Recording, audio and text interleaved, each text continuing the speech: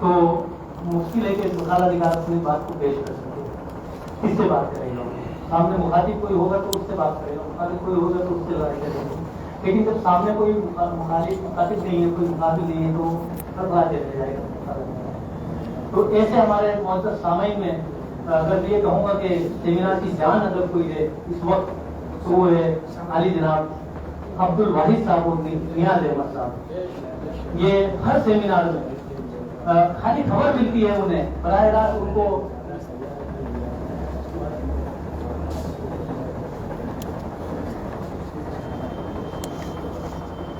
मैं मौलाना बदरुल इस्लाम साहब से गुजारिश करूंगा कि हमारे दोनों मेहमानों का हम इनके बड़े ममनून हैं कि हर सेमिनार में उन्हें किसी भी तरीके से दावत पहुंचती है। हाँ, वो आते हैं, हाजिर रहते हैं। दोनों नफर है उसके साथ में, वो किसी भी तरीके से उनको दावतनामा पहुंचे, बराह रास्त नहीं पहुंचता है, बिल वास्ता भी पहुंचता है या बिला वास्ता भी पहुंचता है, तो भी वो तशरीफ ले आते हैं।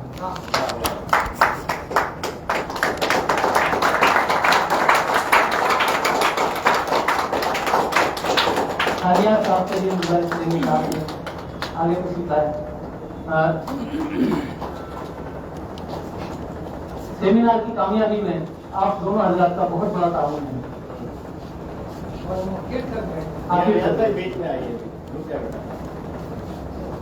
आखिर तक ये फूल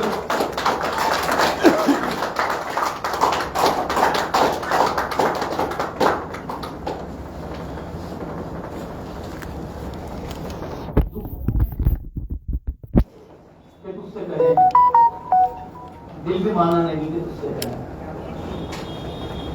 आज तक अपनी जो तली का सबब खुद भी जाना नहीं कि तुझसे करें। हे खुदा दर्दे दिल है बख्शिश है दोस्त, हे खुदा दर्दे दिल है बख्शिश है दोस्त, आपको दाना नहीं कि तुझसे करें, आपको दाना नहीं कि तुझसे करें। और अब तो अपना भी उस गली में फराज अहमद फराज, अब तो अपना भी उस गली में फराज, आना जाना नहीं कि तुझसे कहें, आना जाना नहीं कि तुझसे कहें। आइए अब हम मकाले की ओर चलते हैं और एक ऐसे मकाला निगार को हम आपके सामने पेश करते हैं कि जब वो बात करता है तो उसकी बातों में जो रूह होती है, चाशनी होती है। और मैं ये कहूँ कि फसाहत में और बलागत में वो बात करता है, नजाकत में लताफत में वो बात करता है, हलावत में मलाहत में वो बात करता है, हिकायत और सदाकत में वो बात करता है। ऐसी बात करने का मतलब फन किसी को है, वो है अली जनाब प्रोफेसर मजीद वाला साहब। मैं गुजारिश करूंगा उनसे कि तशरीफ लाए और अपनी वसी और बली तकरीर से सामने को महसूस करूंगा।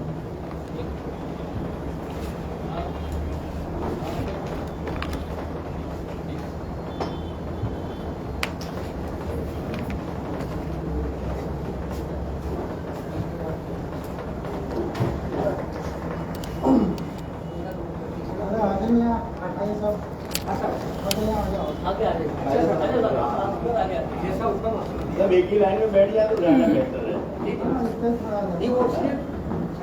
खाली कोई मेहमान आके आए साहब मैं जो बोलूँ उनसे आज आपसे जी आज इसको रिकॉर्ड है, चालू रिकॉर्ड चालू लाइव।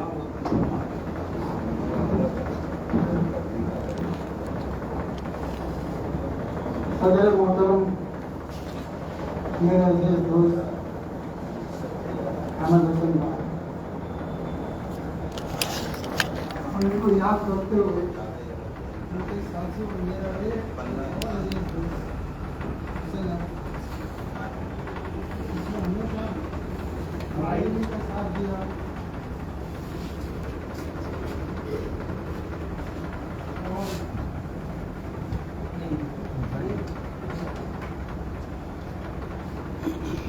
और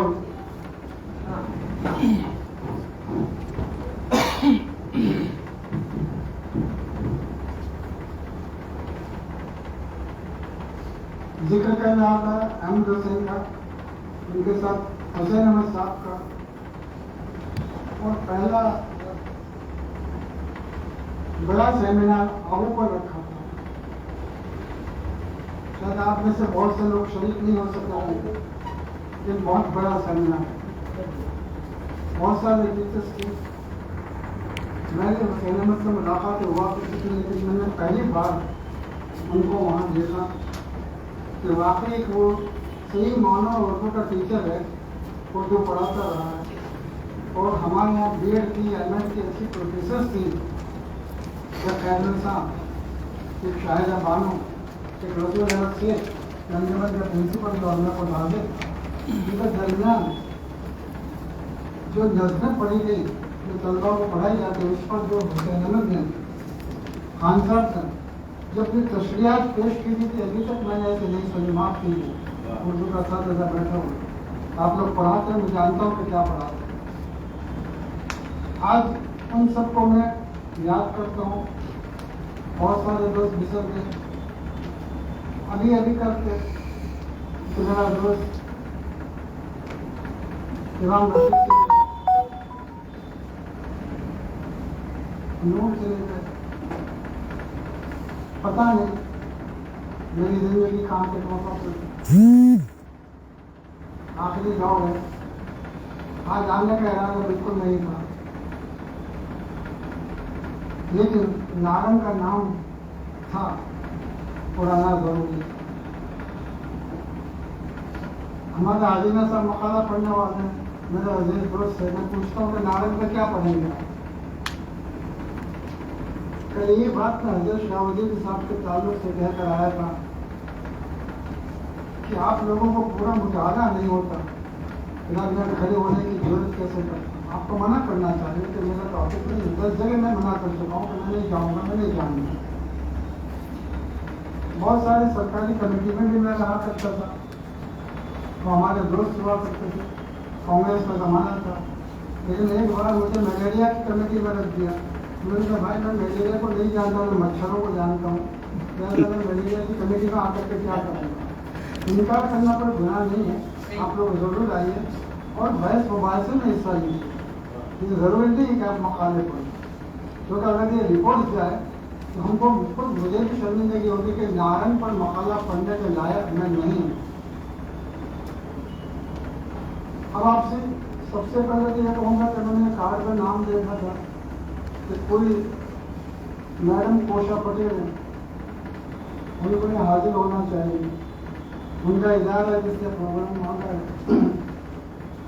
मैं इदारे वालों को और कोशा पटेल को सही माना में मुबारकबाद देता हूँ, लेकिन मेरा बस चले कैप्टन पाल जॉन जो टाइम्स ऑफ इंडिया का चीफ एडिटर है, उसको फ़ोन करके बताऊंगा कि इसका टाइम्स ऑफ इंडिया में दे कि गुजरात में पहला बड़ा सेमिनार हो रहा है जो प्रोफेसर नारंग पर है, और उसको रखने वाली एक मैडम है इस कमेटी की कोशा पटेल, क्योंकि अभी तक किसी को नारंग याद नहीं है।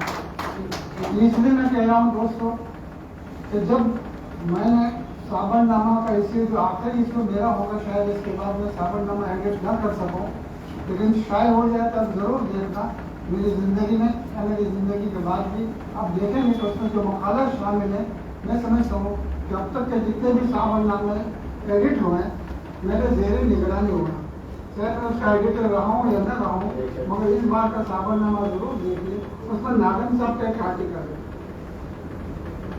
औरंगजेब के अहद में उर्दू के ग्रामर।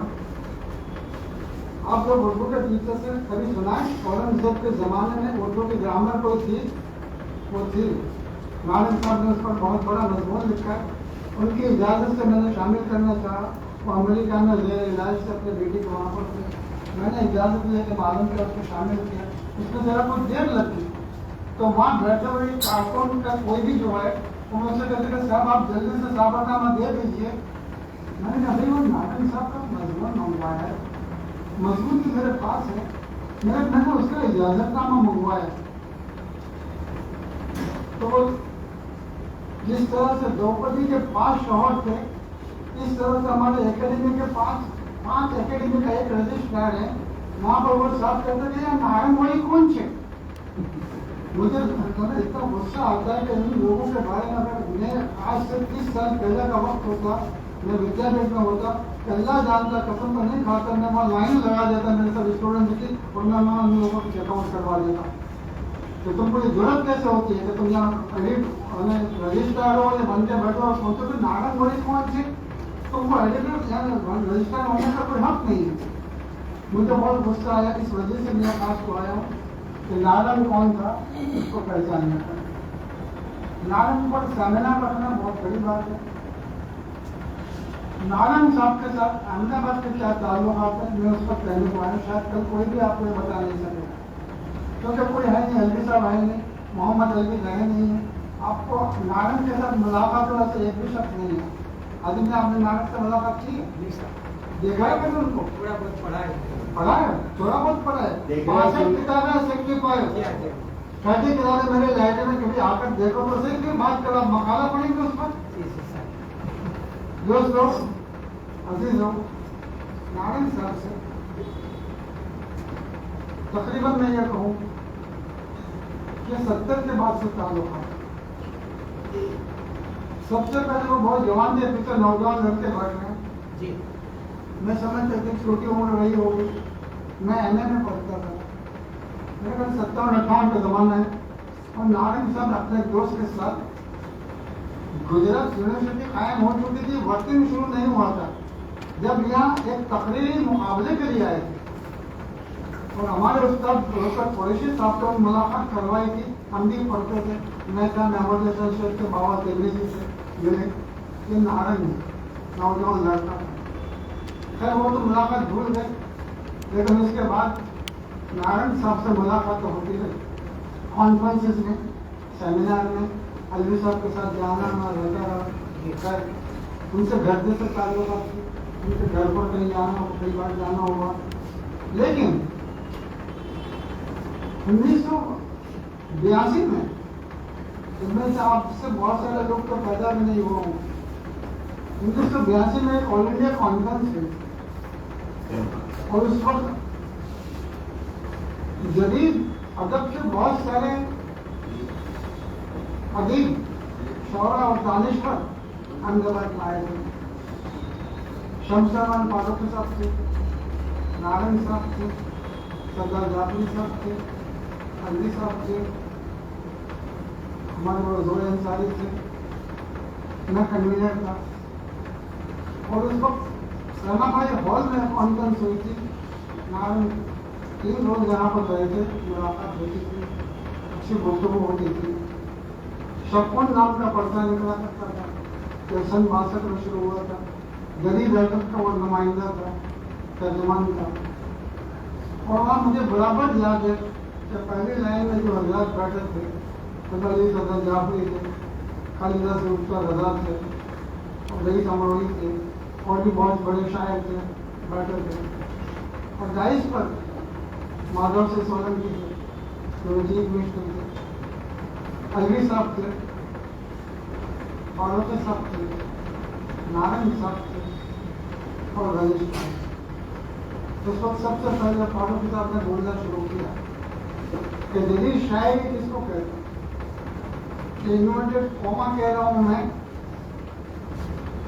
कि फारूक साहब ने उंगली करके बताया वो जदीद शायरी जिसकी नुमाइंदगी शकुन में आप देखते हैं। उनसे शौरा के नाम दिए, और नाम में देना नहीं चाहते, लेकिन इस तरह की शायरी को हम जदीद शायरी नहीं कहते। जिस तरह की शायरी मेरे सामने बैठे हुए उर्दू के काबिल जिक्र शायर अली सरदार जाफरी जो शायरी करते हैं, वो शायरी नहीं है।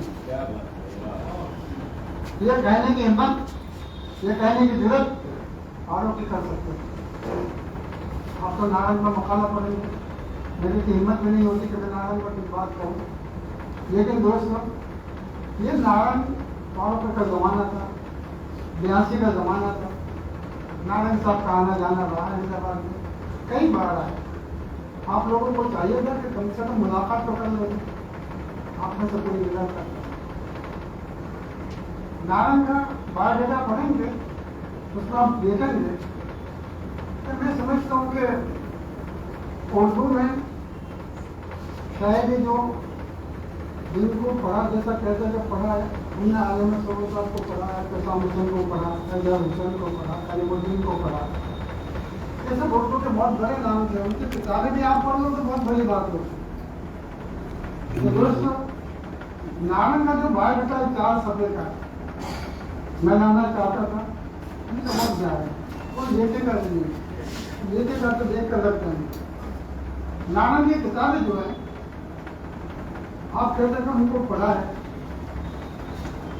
आपके सदर साहब की इजाजत से मैं फिर 2-4 बातें रखना चाहता हूँ खास। नारायण का पैदा हो चुके हैं, गुजर गए, इंतकाल करना है, लेकिन आप अभी फिर से पैदा करेंगे, बताएंगे कि यहाँ पैदा हुए 1931 में, 32 में हुए, पंजाब में हुए, बलूचिस्तान में, वो बता देंगे, मैं नहीं बता रहा उससे। लेकिन इस बात को समझ लीजिए कि नारायण खालिस हिंदुस्तानी थे, राजपूत थे, पंजाबी थे। पंजाबी इस नाते से कि पंजाब में सकोलत प्रसिद्ध हुए थे, मुजफ्फरगढ़ उनका मातृ था, लेकिन थे तो बलूचिस्तान में। नारायण को जब सबसे पहले देखा तो ये देखते अली साहब ने कहा था कि पंजाब में उनके लबो लहजे से, लेकिन उस शख्स ने अपने लबो लहजों को इतना बदला कि कोई ये कयास और कयापा भी नहीं कर सकता था कि वो शिमाली इंडिया ने यूपी का नहीं किया। जबान पे इतना जबरदस्त कंट्रोल था कि फारूक साहब को नहीं था, क्योंकि फारूक साहब जो थे वो ईस्ट इंडिया के थे, इलाहाबाद के थे, और नारायण था वो खास हमारी बगल की हिंदी के इलाके का था। इन चीजों को मनुज रखिए, फिर नारायण का नाम लीजिएगा। नारायण खालिस हिंदुस्तानी थे। उनका एक हवाला देना चाहता हूँ कि किसी भी खतरे को या खतरे की परवाह किए बगैर उसके 65 किताब रहता है। एक किताब देखिए, कभी फुर्सत में, गजल और हिंदुस्तानी तहजीब। हिंदुस्तानी तहजीब के बारे में आप क्या जानते हैं? ये नहीं है जो आजकल चल रही है, ये आजकल जो कह रहे हैं हम ऐसे ही बीच पे चला रहे हैं, हमारे हुकूमत ऐसा नहीं करता। एक ऐसा इंसान भी जो था उसे सीने से लगाया जाता था। आपके सामने मैं छोटी सी बात करता हूँ, बहुत ही छोटा हूँ हाल ही में, लेकिन शहर में जब 3 हाई स्कूल चलते थे उस वक्त अंजुमन हाई स्कूल शुरू किया गया था, मेरे ख्याल में 1888-89 में। उसको शुरू करने वाले हिंदू भाई थे, हमारा सारा भाई में थे, हरगोविंद दास थे, ये सब लोग थे। इन्होंने शुरू किया था। क्यों शुरू किया था कि 3 स्कूल हमारे चल रहे, कस्तूर भाई के ऑर्डर कहा था लाल भाई ने कि हमारे तो स्कूल है, अब मुसलमानों में कौन मानुष है, तुम्हारे पढ़ने की पढ़ाने की फिक्र उन लोगों की थी। कभी याद रखा आप लोगों ने?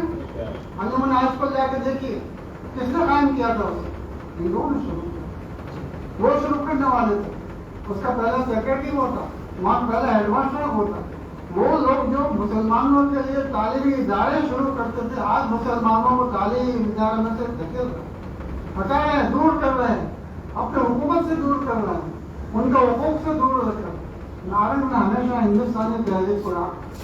हिंदुस्तानी तहजीब क्या था आप समझिए, मौलाना साहब सामने बैठो, इस्लामी तहजीब ये आप अगर मिल जाएगी, अल्लाह कबूल करे। मैंने 2 बार हज किया, जो पहला हज जब मैंने किया था, जब आपका हिंदुस्तान देखा नहीं, किसी ने नहीं देखा होगा, हमने देखा था वो, जब वहाँ लाइट भी नहीं थी, पानी भी नहीं था, कुछ भी नहीं थे, रास्ते भी नहीं थे, डाके पड़ते थे, हुकूमत की जानिब से पूरी हिफाजत थी, वो जमाना था।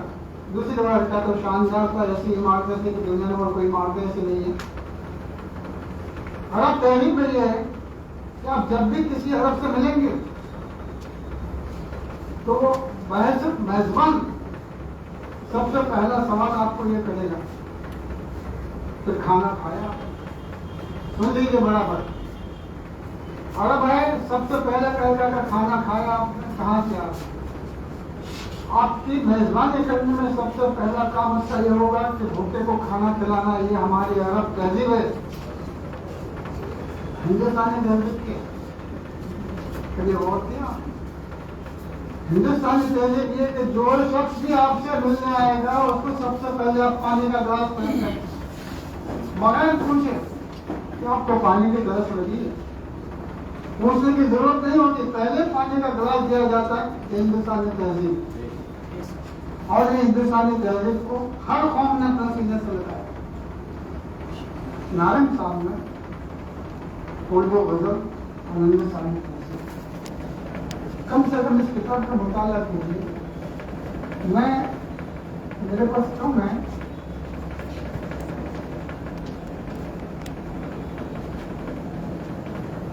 इसके 2 में जेरोक्स लाया। सिर्फ एक पैराग्राफ आपके सामने पढ़ने की इजाजत चाहूंगा ताकि आपके जहन में आए बात कि हिंदुस्तानी तहजीब किसको कहते हैं। एक मैं सदर साहब को दे रहा हूँ और एक लिस्ट ले लीजिए और पढ़िएगा कि हिंदुस्तानी तहजीब नानक ने किसको हिंदुस्तानी तहजीब कहा। बहस करते हुए वो लिखते हैं कि हिंदुस्तानी तहजीब की ऐसी ही एक रिवायत शिवाजी के बाप शाहजी के नाम से मुतल्लक भी मशहूर है। समझ में आई? शिवाजी का बाप शाहजी के नाम से, शाहजी नाम ही पारसी का, उनके ताल्लुक से मशहूर। नानक लिखते हैं शाहजी का बाप मालव जी भोसला दौलताबाद के करीब एलोरा का पटेल था। उस जमाने में अहमदनगर के करीब मैगियों में से बुजुर्ग शाह शरीफ की बड़ी शोहरत थी। मालव जी भी एक दफा उनके पास हाजिर हुआ और औलाद के लिए दुआ चाहिए। दोनों बीवियों से 2 बेटे हुए। हजरत शाह शरीफ के नाम की रियायत से बड़े का नाम शाहजी और छोटे का नाम शरीफ जी रखा गया। शिवाजी शाहजी के बेटे थे और कोल्हापुर का मराठा खानदान शरीफ जी की नस्ल से नागपुर के भोसलों के घर देवी की भी यही बुजुर्ग की पूजा होती है। ये कौन लिखेगा? शिवाजी को घोड़े पे तो बिठा दिया, लेकिन उनको कहने को तैयार है कि शाह शरीफ जी की दुआ से शाहजी का बेटा है वो अपने बाप के नाम को भुला देते हैं। ये तारीख को याद, ये कॉमनल हार्मनी है। ये नारंग लिख कोई मुसलमान नहीं लिखा, इसलिए आपके फन में खास लेकर आऊं कि गजल और हिंदुस्तानी तहजीब, गजल अरब के नहीं है, अरब का कसीदा है, मुफद्दला से हमासा है जिसको आप लोग भूल गए अबू नवाज कलम के। लेकिन ये हिंदुस्तानी तहजीब खास गजल यहाँ पर पैदा हुई का कसीदे से अलग लिखा। तो दोस्तों ये एक मैंने किताब। दूसरी चीज आपके सामने चाहूंगा रखना मैं कि नारंग की बहुत सारी किताबें, 2-3 किताबों के नाम दे रहा हूँ, वो सब मिलकर पढ़ रहे। अदब एक ऐसी चीज है जो आप लोगों को कह रहा हूँ कि मैं बच्चों के काम की चीज आप समझे, याद रहेगा। मैं इनको भी अगर याद रहेगा तो याद तो रखेंगे कि कोई बोल रहा था, कोई उर्दू का पागल जनूनी जिससे ये बातें आपको सुनने मिलेगी। कोई भी नहीं बताएगा आपको, आपके पास इतना वक्त ही नहीं कहा उसको पढ़ेंगे। मोबाइल में देखेंगे, उतार लाएंगे चीजें और आप बकाला पढ़ेंगे। सुनिए, जैसा मैंने बताया 1970 के बाद जामिया मिलिया इस्लामिया में नानक साहब की बहुत उनका बायोडाटा देख लीजिए, मेरे पास से लेकर दुनिया की अमेरिका की कोई बड़ी यूनिवर्सिटी बाकी नहीं है जहां नारायण साहब ने लेक्चर न दिया। यूरोप में कई जगह बुलवाए गया क्या नारायण साहब ने फारूक साहब को इतना मौका है और फारूक साहब जाते भी नहीं, मगर फारूक की नारंग और वारिस अली उसके नीचे बाकर मेहदी का नाम था। बाकर मेहदी को जानते होंगे आप, उनसे शायद मुलाकात भी रही हो। दोस्तों बुजुर्गों, ये तीनों का जमाना मैंने देखा है। नारंग, फारूक और अलवी जिस तरह से वो क्रिकेट के मैदान में जब मैच होती है और जो प्लेयर्स एक दूसरे के कंधे पर हाथ डालकर जो हल्का बना कर बैठते हैं, इस तरह से तीनों बैठते हैं। एक दूसरे के हाथ से जाम छीन लेते थे, रोटी छीन लेते थे, दांत काटी रोटी खाते थे। मैंने एक जगह जुमला लिखा है कि दोनों तीनों के बीच में तीनों इतने मुजस्सम थे कि कहाँ अलग होते वो पता नहीं चलता।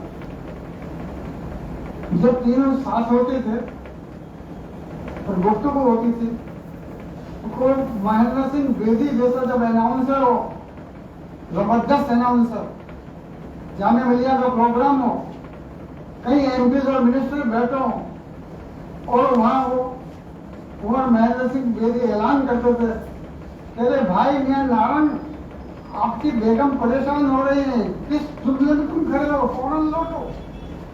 तो एकदम नारंग भागते हुए जाते थे ये जमाना हमने देखा।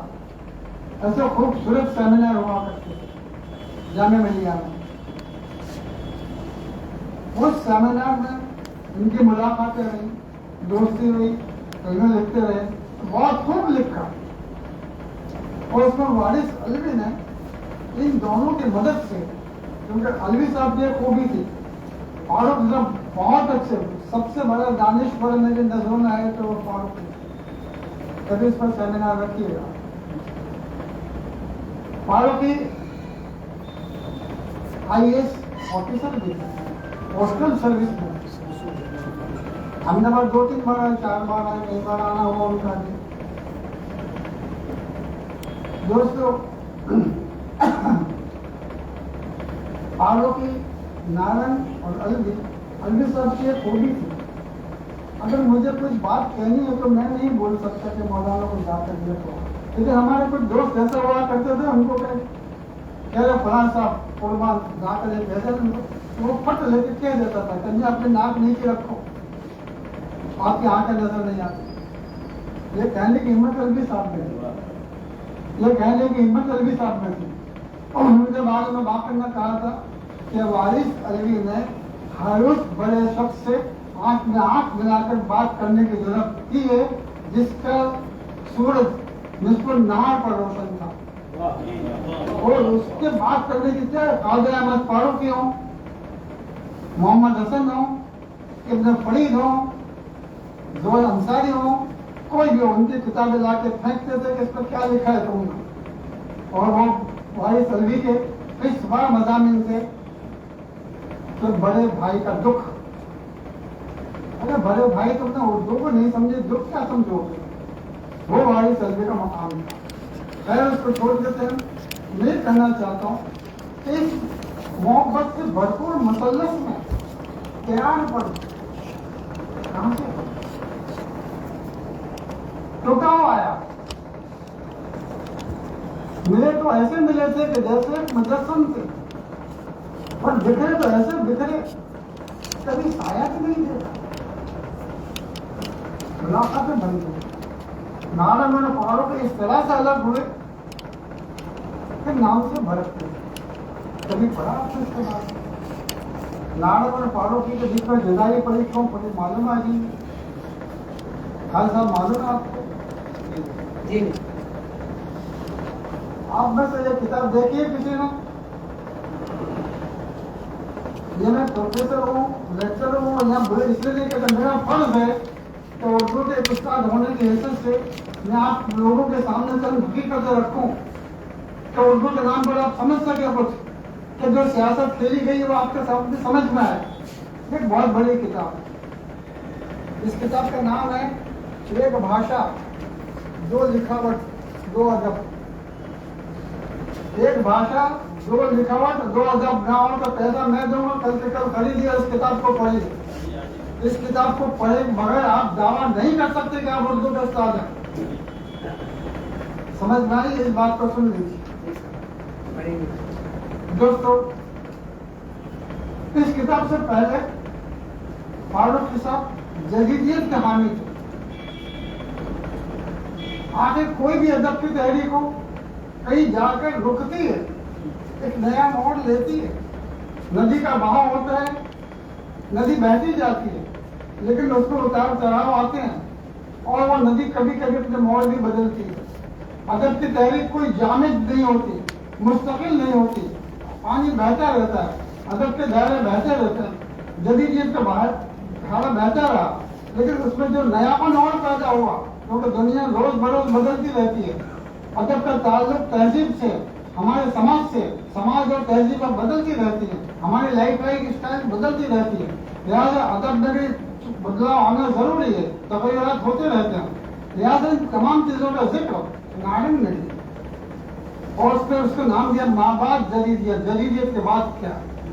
यह तारों के बीच में विदाई करवाना। और अगर नारायण तुम कहते हो तो जदीदियत के बाद क्या? पुराना बनता, उसके बाद जदीदियत का नहीं पाओ। जदीदियत के जो प्रिंसिपल उसूल तुमने बताए हैं, लोगों ने हमने समझे हैं, तो उसके बाद और भी कुछ नयापन पैदा हुआ है। और नयापन जो है वो एक आजादी है। जदीदियत ने हमको बांध दिया था। तो ये लायानंद थे, दिन आगाही है, तन्हाई है, इंसान अकेला है, दुनिया में जाने वाली है, बेसबाती है, ये सब बातें बताई थी। मतलब आप इंसान को यकीन पैदा हो गया, इंसान अकेला नहीं है। और ये तो मगरिब की रटन थी, हिंदुस्तान में ये नहीं। तो मैं एक बात यही बताना चाहता हूँ, प्लीज सुनिए आप बराबर, पहले से इतना आप बैठे हैं। तो हिंदुस्तानी तहजीब ये है कि हिंदुस्तान का कोई भी नागरिक जो है वो गांव का है। गांधी जी ने कहा था हिंदुस्तान गांव में बसता है। ये छोटी सी बात नहीं थी। ये हमारे 8-10 शहर बन गए बड़े, और जहाँ आज की तारीख में 15, 17, 18, 20 करोड़ से ज्यादा बस्ती हो गई है, मगर आज भी हिंदुस्तान गांव में बसता है।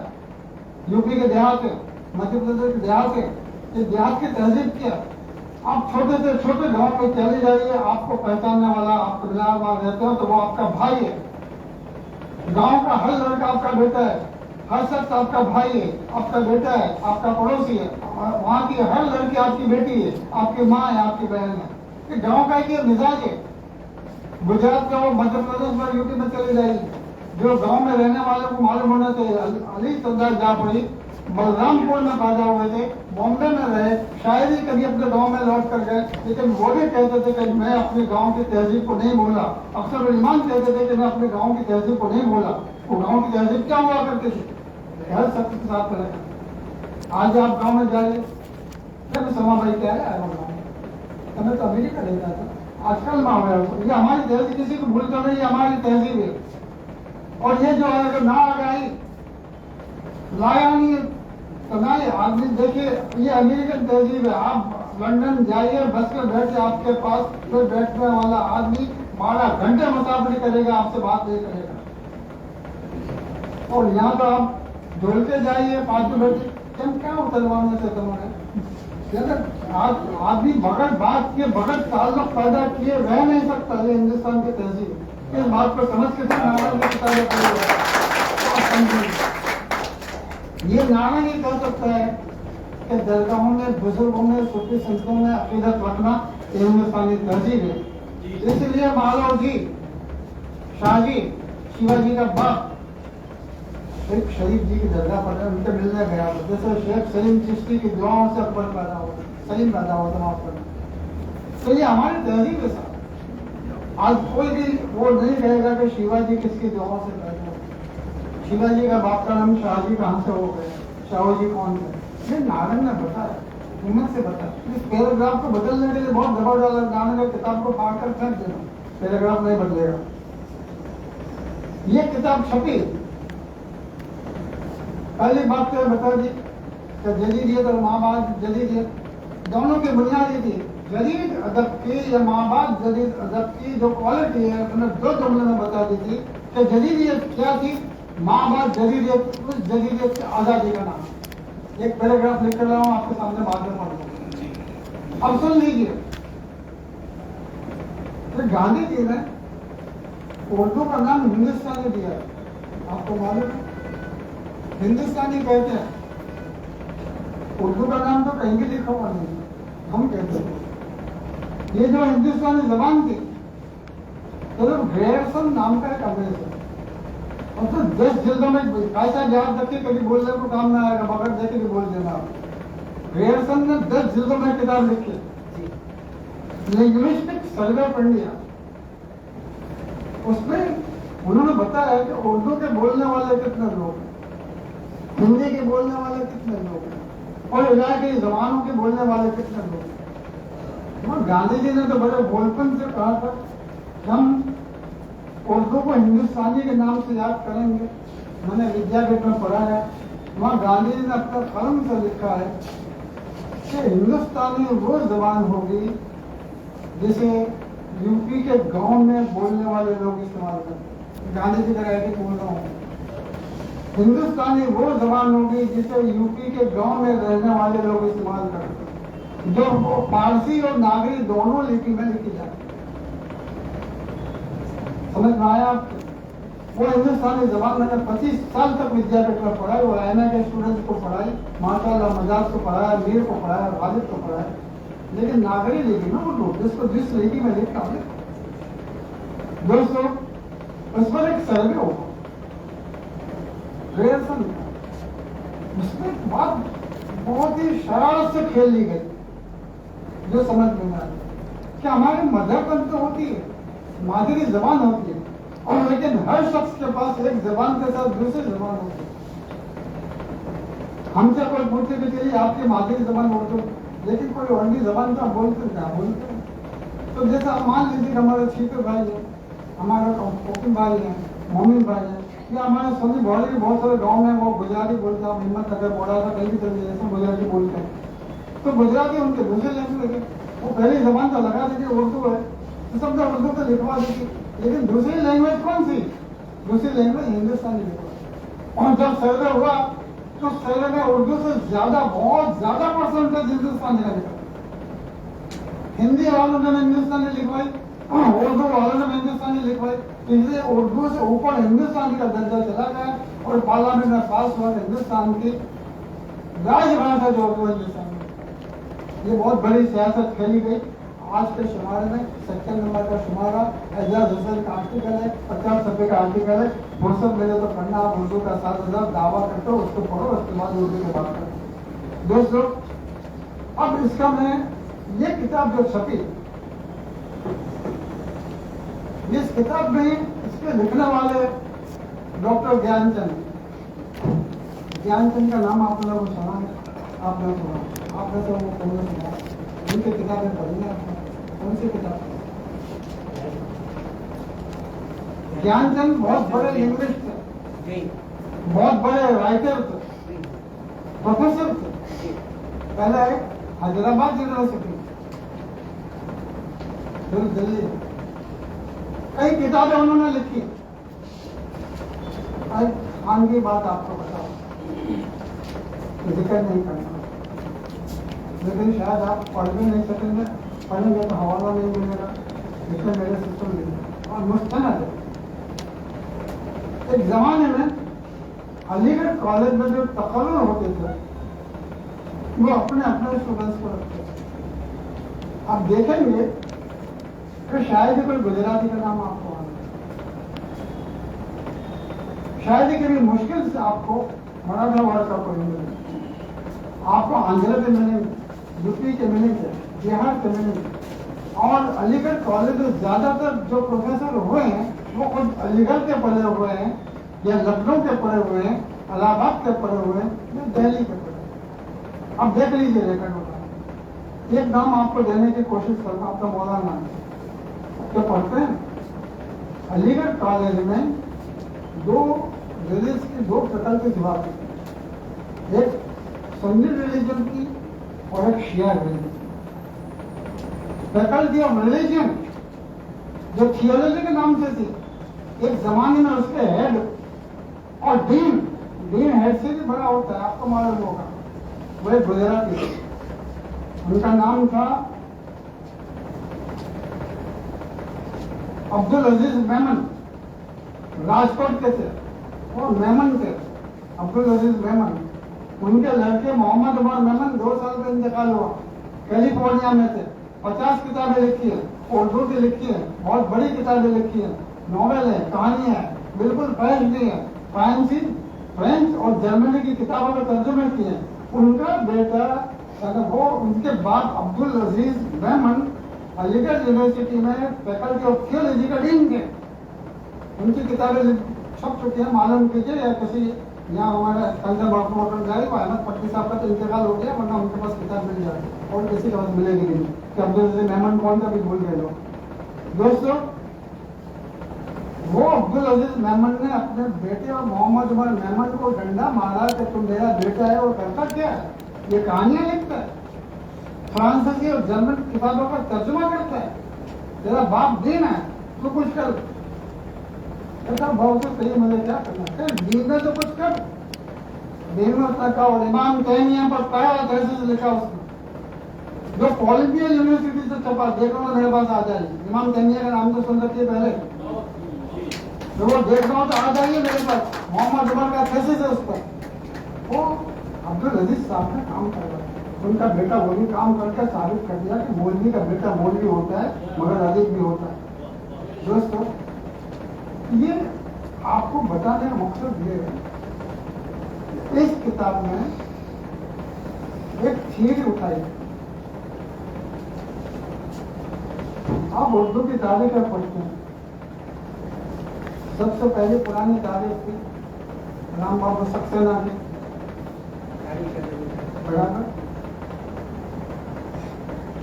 उर्दू की तारीख थी, अभी मैं आपको उर्दू की तारीख है ना, राम बाबू सक्सेना उर्दू की तारीख है, मगर यहाँ उर्दू में लिखी हुई नहीं है। क्या में लिखी है? फ्रेंच में लिखी है। हमारे वो उर्दू में तर्जुमा किया है मियां अस्करी ने, बहुत मशहूर थी, वही पढ़ाई जाती। उसके बाद हामिद अहमद कादरी की। तो उन तारीखों में जो जिक्र हुआ करता था, उर्दू को पहले से ही पंजाब की जबान करार दिया। इस बात को सुनने वाला, और पंजाब की जबान होने की वजह से उस जमाने के जो पर्चे निकला करते थे उर्दू के, मखजन, हैदर, शुमाली हिंद, उसमें लिखने वाले सब के सब पंजाबी हुआ करते थे, सब के सब मुसलमान हुआ करते थे। उस वक्त उन्होंने बाद लिखने वालों से जो गैर मुस्लिम थे उनसे किनारा कशी और ये साबित करने की कोशिश की। कहता मैं आज भी कहता मैं सही उर्दू नहीं बोल सकता, मेरा तलफ़ुज़ दुरुस्त नहीं है, मैं गलत उर्दू की बोल जाता हूँ, आप लोग माफ कर दीजिए, मगर क्या करो, उर्दू पढ़ा तो मैं बोलता हूँ, मुझसे अच्छा उर्दू बोलने वाले मेरे स्टूडेंट हैं। मैं ये बात सामने आई कि जो हिंदू हैं, गैर मुस्लिम हैं, उन्होंने उर्दू को नुकसान पहुंचाने की कोशिश की। आपको एक ही नाम दूंगा, उर्दू का सबसे बड़ा अफसान निगार का नाम प्रेमचंद। सब लोगों ने कबूल किया। प्रेमचंद जिन्होंने 300 कहानियां लिखी, कई नॉवेल लिखे, उर्दू में लिखे। फिर प्रेमचंद ने हिंदी में लिखना शुरू किया। क्यों लिखना शुरू किया? प्रेमचंद ने हिंदी में क्यों लिखना शुरू किया?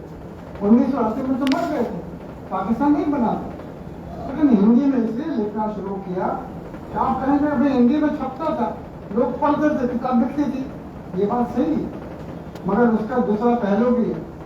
वो पहलू मालूम है कौन सा है?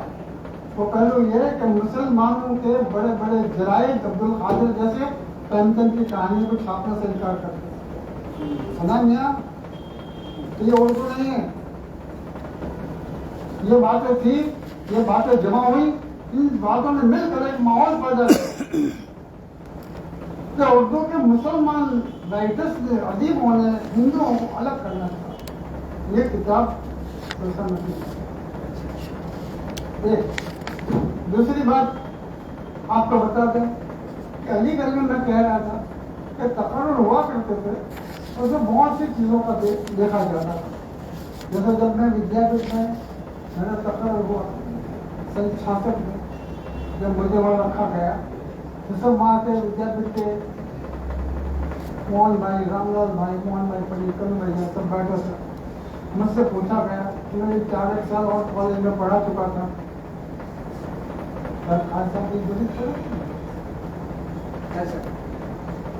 तो उन्होंने पूछा कि मियाँ ये सूट पहन के आओ, ये सूट यहाँ नहीं चलेगा, मैंने को उतार देंगे, या खद्दर पहनना पड़ेगा, मैं खद्दर भी पहन लेंगे, या चरखा चलाना पड़ेगा, मैं चरखा भी चला लेंगे।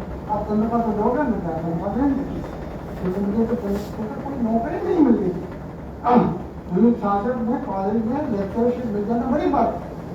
तो चंद बातें थी मुझसे, इतना नहीं, यहाँ विद्यापीठ की डिसिप्लिन। क्या डिसिप्लिन?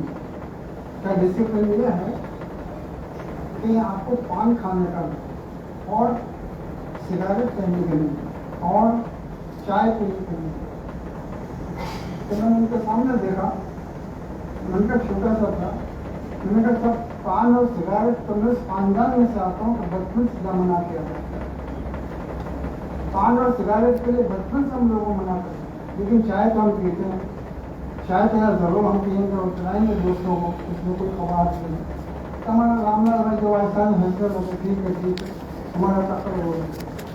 हर यूनिवर्सिटी की एक डिसिप्लिन होती है, अलीगढ़ की एक डिसिप्लिन। आप लोग इस तारीख को याद रखें, कहीं में नहीं मिलेगी। डिसीजन ये थी कि अलीगढ़ कॉलेज जब बने तो उसका नाम था मुस्लिम अलीगढ़ कॉलेज, अन्य कॉलेज, मुस्लिम अलीगढ़ कॉलेज। आपको ये बताएं कि उसके सामने बनारस हिंदू यूनिवर्सिटी बनी। मदन मोहन मालवीय जी ने बनारस हिंदू यूनिवर्सिटी बनाई। आपको बता दें उसमें कोई तासुब नहीं था। अरबी का डिपार्टमेंट वहां भी इतना ही बड़ा है, वहां भी हजारों मकतूत अरबी के मैं देख कर आया हूँ बनारस यूनिवर्सिटी में, तफसीरें हैं उसका मकतूत आता। लेकिन उन्होंने हिंदू बनारस यूनिवर्सिटी बनाई मालवीय, क्योंकि पंडित थे, ब्राह्मण थे। अलीगढ़ मुसलमानों की यूनिवर्सिटी बनी, उनकी बनी। आज वहां कुछ भी नहीं है। आज वहां हिंदू को हिंदू नहीं है और मुसलमान मुसलमान नहीं है। कभी आता है तो खाली शेरवानी की पैजामा पहन लेते, बाकी तादाद उनके ज्यादा, प्रोफेसर उनके ज्यादा, वाइस कभी हमारे होते हैं लेकिन कमेटी मेंबर उनके ज्यादा। लेकिन एक चीज है कि जाकिर साहब जब तक, उनके साथ एक और नाम देता हूँ, रशीद अहमद सिद्दीकी, उनका आर्टिकल पढ़िएगा, आपको मालूम हो कि उर्दू तहजीब किसको कहते हैं। सलमा सिद्दीकी के वालिद सलमा सिद्दीकी ने दूसरी शादी कृष्णचंद्र से की थी, अपनी पसंद से की थी। रशीद साहब नाराज हुए कि बेटी ये गलत है, तुम इसकी मर्द से शादी करो, मुझे मंजूर है। मैं मुसन्निफ हूँ, मैं लिखती हूँ, मुझे कृष्णचंद्र पसंद है, मैं जानती हूँ कि उसकी बीवी है, उसके 5 बच्चे भी, फिर भी मैं उससे शादी करना चाहती हूँ। क्या कर लीजिए, आपको इजाजत कर लीजिए, लेकिन फिर मेरे घर पर नहीं आना। ऐसी तहजीब का मजेदार शख्स रशीद अहमद सिद्दीकी, जो जाकिर हुसैन के दोस्त, मुजीब साहब के दोस्त, और वो अलीगढ़ के प्रोफेसर में हेड, रिटायर होने के बाद भी उनका चलन था। जाकिर साहब, मुजीब साहब और भी जो कुछ है वो, और ये रशीद अहमद सिद्दीकी, इनका एक असूल था कि कम से कम उर्दू फारसी डिपार्टमेंट में, कल्चर के डिपार्टमेंट में जिसका भी तकर्रुर हो वो उर्दू तहजीब का हामी होना चाहिए। आपकी समझ में आई बात? अलीगढ़ में कोई भी आए, लेकिन उर्दू फारसी डिपार्टमेंट में जो भी आए वो कम से कम उर्दू तहजीब का हामी होना चाहिए। इस बात को सामने रखकर जब वहाँ इंटरव्यू होते तो वो, मैं आपको नाम देता हूँ, डॉक्टर ज्ञानचंद, बहुत ही लायक आदमी, लिंग्विस्टिक का बहुत बड़ा डिप्लोमा इनके पास था। ये इंटरव्यू में बैठे थे, पहले इंटरव्यू देने को पहुंचे थे, प्रोफेसर का इंटरव्यू था, मामूली इंटरव्यू नहीं था। और दूसरा उनके सामने था डॉक्टर मसूद हसन खान, बहुत बड़ा नाम है। ये 2 नाम तो याद रखे के सामने याद दिलाते, कौन लोग कभी याद आए तो पढ़ लेना कुछ भी, ताकि उनकी अजमत और उनकी शख्सियत का पता चले। यूँ तो ना करना पड़ेगा बार बार हम पेपर पढ़ के उनके बारे में। तो मसूद हसन खान और डॉक्टर ज्ञानचंद आमने सामने बैठे थे। डॉक्टर ज्ञानचंद को सपोर्ट करने वाले लेफ्टिस्ट थे, कम्युनिस्ट थे, डॉक्टर मोहम्मद हसन, आज अहमद फारूकी। मगर मसूद हसन खान के पीछे एक ही नाम था, वो नाम था रशीद अहमद सिद्दीकी। ज्ञानचंद का तकर्रुर नहीं हुआ, मसूद हसन खान का तकर्रुर, एक दीवार। जब ज्ञानचंद ने देखा कि आज भी ये फजा साफ नहीं हुई, उर्दू को अजीब ही बंटवारा में रखा है, मुसलमान अजीब, हिंदू अजीब, वो बात फिरते फिरते फिरते बरसों के बाद कहाँ पर आई, उसका नमूना लेके आज आया हूँ। आपका बहुत वक्तिया, मुझे माफ करना, लेकिन वो देख लीजिए। मैं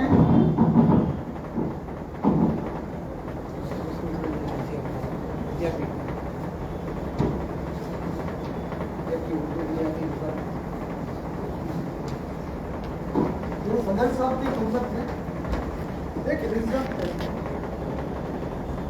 आपकी सलाहियतों पर पूरा भरोसा है, इसको पढ़िएगा।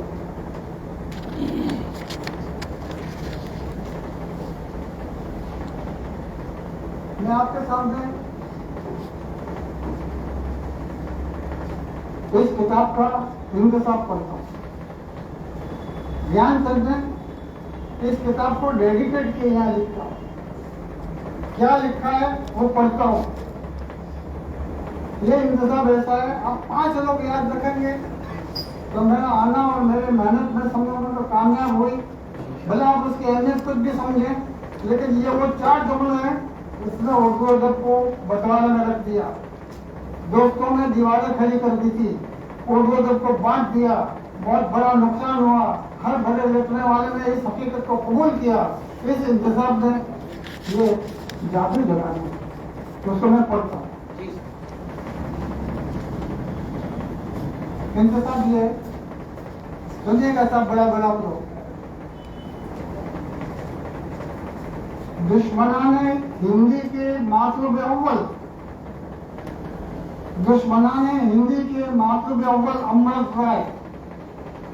अमृत राय कौन सा आज में बताऊं? अमृत राय, काश कोई उर्दू वाला तारीखी लिसानियात में उनकी अंग्रेजी किताब हाउस डिवाइडेड के बराबर या निष्ठ कम से कम 1/4 की इल्मियत की किताब तस्दीक कर सकता है। यह चैलेंज है, पढ़ा आपने?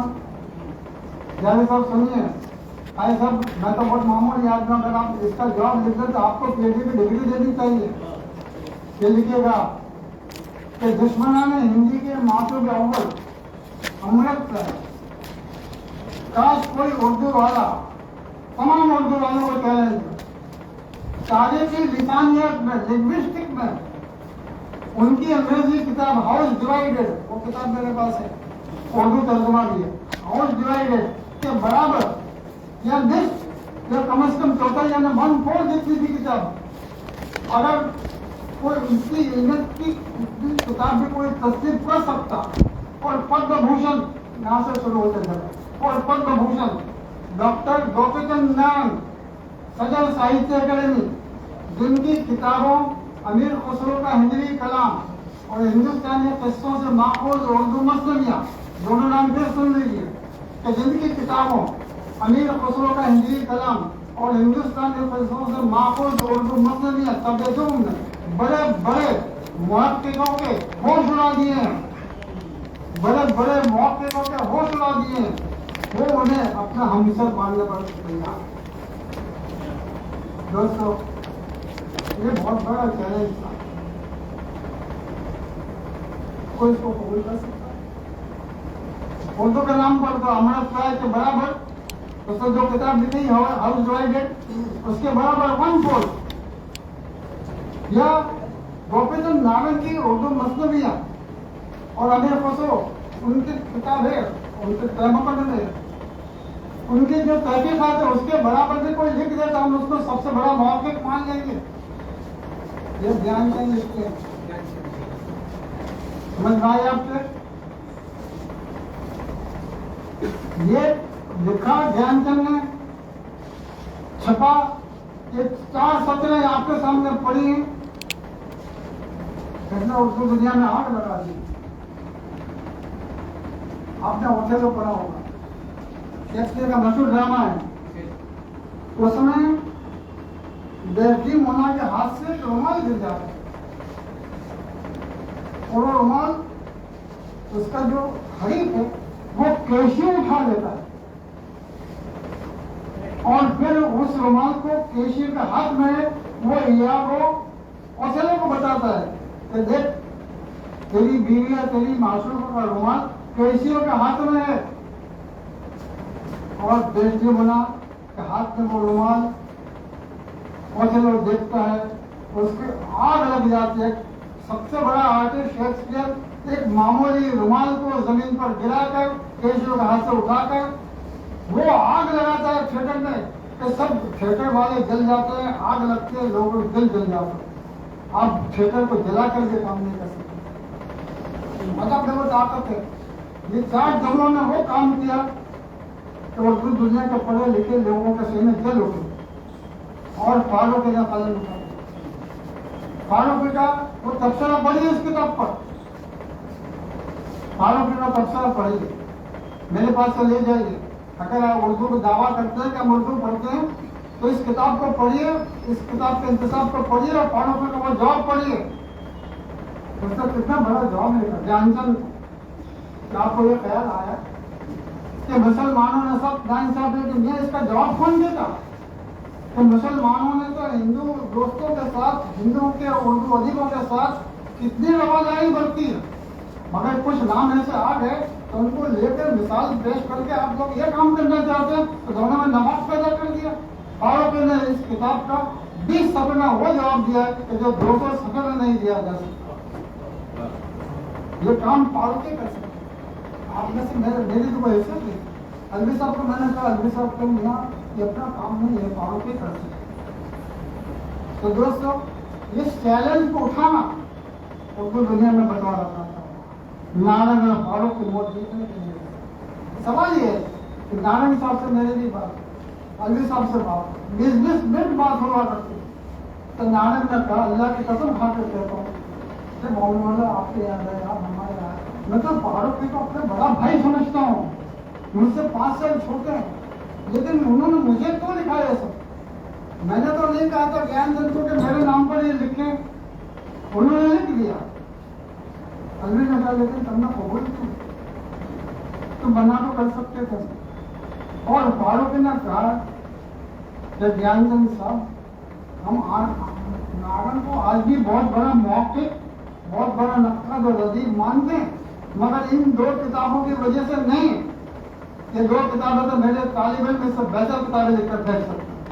ये फारूक को लिखता है, हम इसको मानते हैं। उसकी दूसरी वजह 20 सफे का मजमून लिखा, ज्ञानचंद के जवाब में लिखा, किसी भी हिंदी वाले से उसका जवाब नहीं बन सका।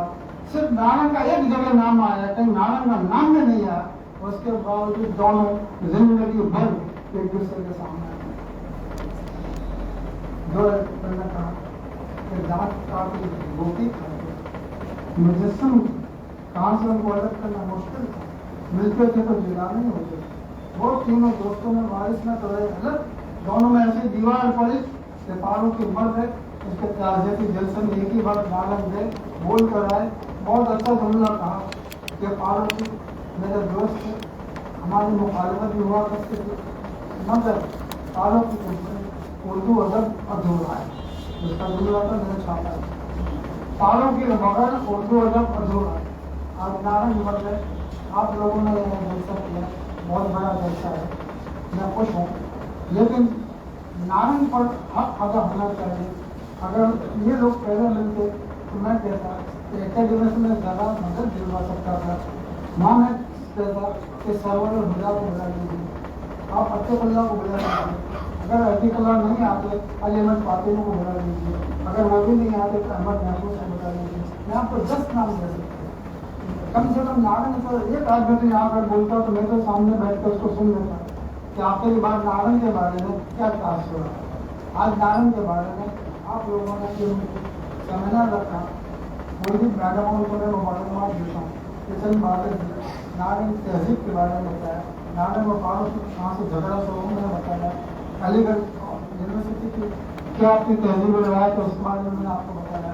आपके सामने भी बताया कि हिंदुस्तानी तहजीब क्या है, और गोपीचंद नारायण उसके सबसे बड़े अलमबरदार थे, उसके बड़े सबसे बड़े निशान थे, वो मैंने आपको बताया।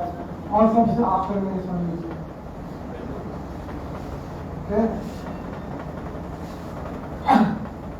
90 का किस्सा है। मेरे हम बुजुर्ग सारू भाई का इंतकाल हुआ, ये मेरी पर्सनल बात है कह रहा हूँ। कराची जाना बहुत जरूरी था, और वो फजूला मेरे कजिन थे। तो पहली बार मेरी बीवी और उनकी बहन दोनों कराची गए, तो लोग फजूला ने दिल्ली में हमको होटल में लाकर के उसका वीज़ा दिया था। महीने के बाद जब मैं वीज़ा लेने को गया तो वहाँ ताल्लुकात पाकिस्तान और इंडिया के इतना कशीदा बन चुके थे कि वीज़ा नहीं मिला। 8 दिन तक राजेश पायलट के पास, नजमा हेतुल्लाह के पास, जहाँ जहाँ ताल्लुक सब जगह गया, किसी जगह से कोई ने भी ये नहीं कहा कि आपको वीज़ा मिल जाएगा। गालिब एकेडमी के senior director doctor Akbar Ali केनेजी के पास गया कि आप तो एम्बेसी में ताल्लुक रखते हो, हाँ हम साथ में बैठे तो मुझे उसको कहिए मैं प्रदेश हूँ, मुझे वीज़ा दे दें, वो भी नाकाम हुआ। एक दिन मैं मॉडर्न पब्लिशिंग हाउस पर बैठा था और मेरे दोस्त एम गोपाल मित्तल ने कहा कि मियाँ आपके तो नारायण साहब दोस्त हैं। मैंने कहा दोस्त हैं, तो फिर आप उसके घर पर चली जाइए। मैंने अच्छा याद दिलाया। लोगों ने सुबह 7:30 बजे में नारायण साहब के घर पर मंदिर रोड पर पहुँचे। 1:30 बजे नारायण में घर बने, आप यहाँ पर कहाँ से आ गए? बस आ गया काम। अच्छा कर ली, मैंने कहा फोन पे बात नहीं, आई आई घर में बैठे चाय वाय पिलाई। तो मुझे क्यों कैसे आना होगा? मैंने कहा नारायण साहब मेरे सारू भाई का इंतकाल हुआ और वीज़ा की जरूरत है और वीज़ा नहीं मिला। अरे बॉम्बे वाला टाइम से पहले बताया मुझे कि आज ही इन कमबख्तों ने इस्लामाबाद में इंडियन एम्बेसी पर हमला किया है, उसके जूनियर को मारा है। ये हेडलाइन है। आज मेरी बात कौन सुनने में है?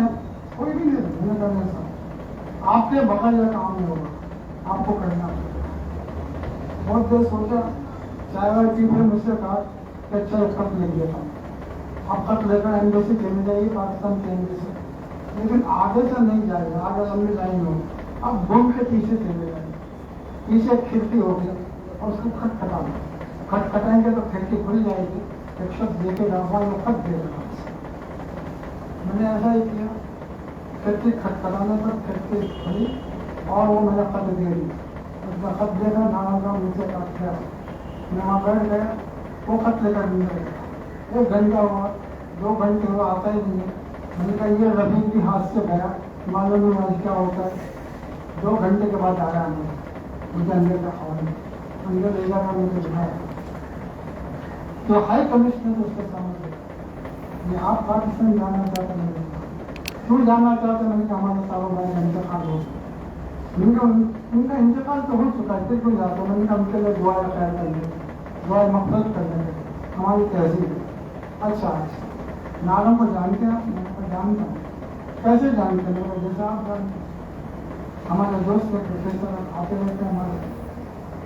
आज से अच्छा शाम को आए, शाम को क्या ऐसा मिलना चाहिए, ये एहसान नारायण का मैं कभी क्यों नहीं भूल सकता। अगर पाकिस्तान एक ही बार गया तो उसकी कोशिशों से मुझे वीज़ा मिला और न गया। लेकिन नारायण मैं तो बहुत छोटा आदमी था, उसने मुझे याद रखा, वरना नारायण साहब से मिलना इतना आसान काम नहीं था, आज भी नहीं था। आज तो क्या वो बहुत बड़ी शख्सियत बन चुकी थी, इसलिए आपको दूसरी बात सुनिए। नारायण साहब कई इदारों के सरबराह, आपको मालूम होगा हिंदुस्तानी साहित्य अकेडमी बहुत बड़ा इदारा है। हिंदुस्तानी साहित्य अकेडमी बहुत बड़ा इदारा है। वो साहित्य अकेडमी में अवार्ड दिया जाता है। गुजरात में से किसको मिला मालूम है आपको? किसको मिला? साहित्य अकेडमी का अवार्ड किसको मिला है गुजरात में? उनको पता है।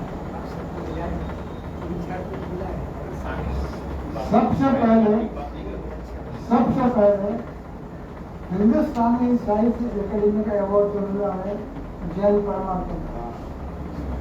समझ पाए आपको? जैन परमार को मिला।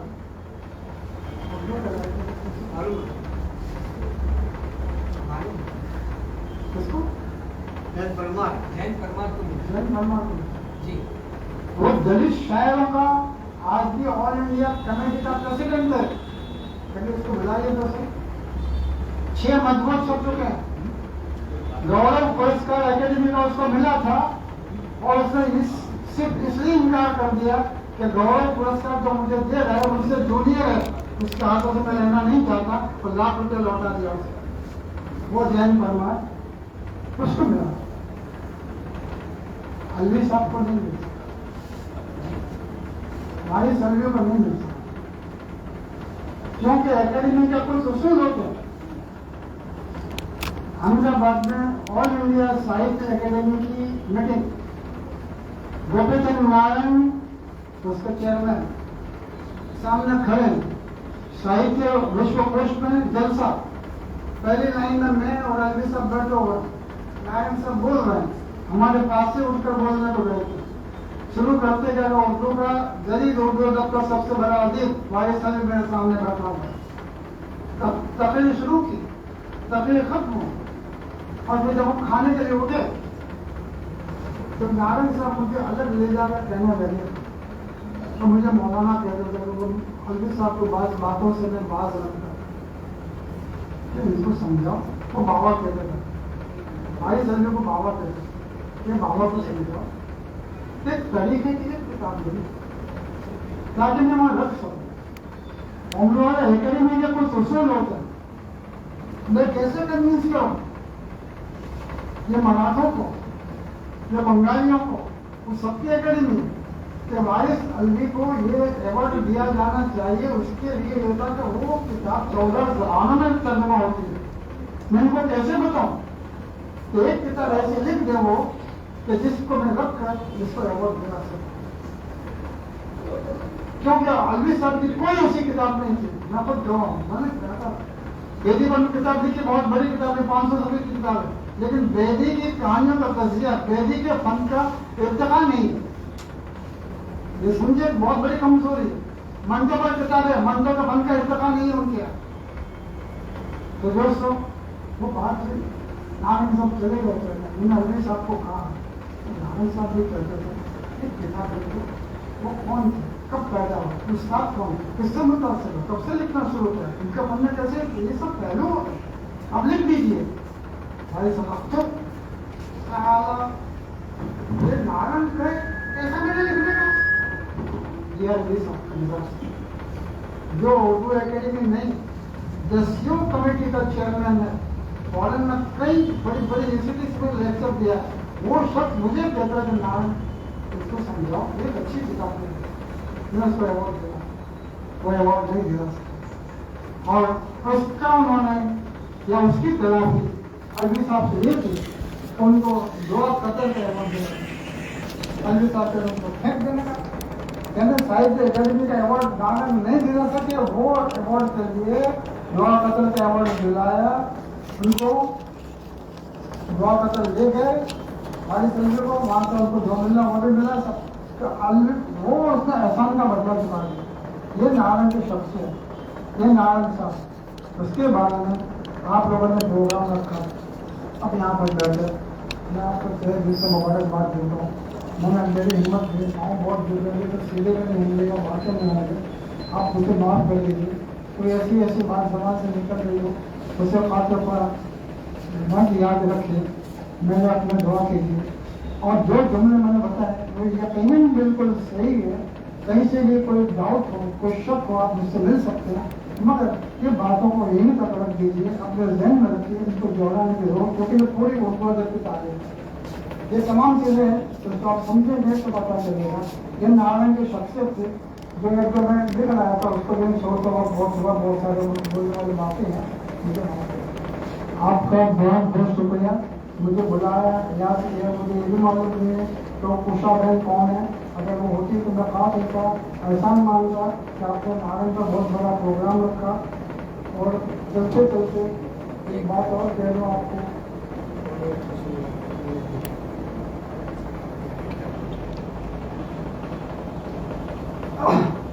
हाजिरियाँ, ये ज्ञानचंद जिनसे मुलाकात हुई आपको?